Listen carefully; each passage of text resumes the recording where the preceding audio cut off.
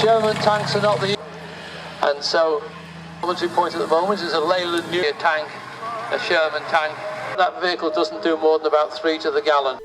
More Yorkshire War Time Experience videos coming soon to the channel. It's been a very hard week.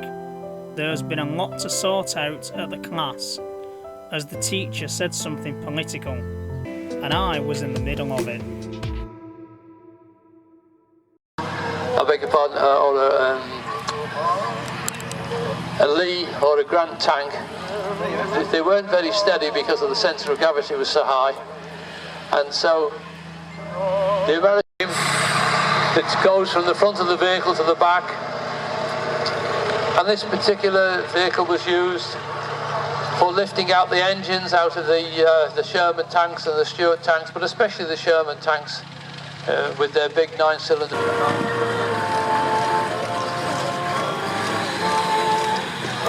And then we get to the higher end of the recovery vehicles, the wartime vehicles, and we've got one now coming into the when the more modern tractor units and the recovery units came into service. But a very impressive piece of kit. I bet that vehicle doesn't do more than about 3 to the gallon. It was very easy to carry a tank, a Sherman tank. And so the standard recovery vehicle then became the Diamond T and the Rogers trailer. In service till 1970.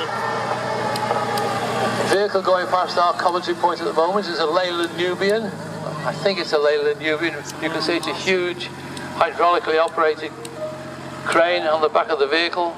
It also towed a Rogers trailer, which was a flat horizontal base trailer, who bought it from the French army, but he didn't like it. He bought a Sherman, but didn't realise he'd bought a Sherman recovery tank. He thought he bought a gun tank or a Corvette. And the Americans had lots of different manufacturers use these vehicles. So Chris is going past the commentary point now. He found this tank in the south of France. It belonged to a collector. Sherman tanks are not the easiest of vehicles to drive. They're not the hardest, but they're not the easiest. But Chris says this one is an absolute little pervert. The gearbox is superb. Spare civilians, for women and children. They just become what's the word they use today? Collateral damage.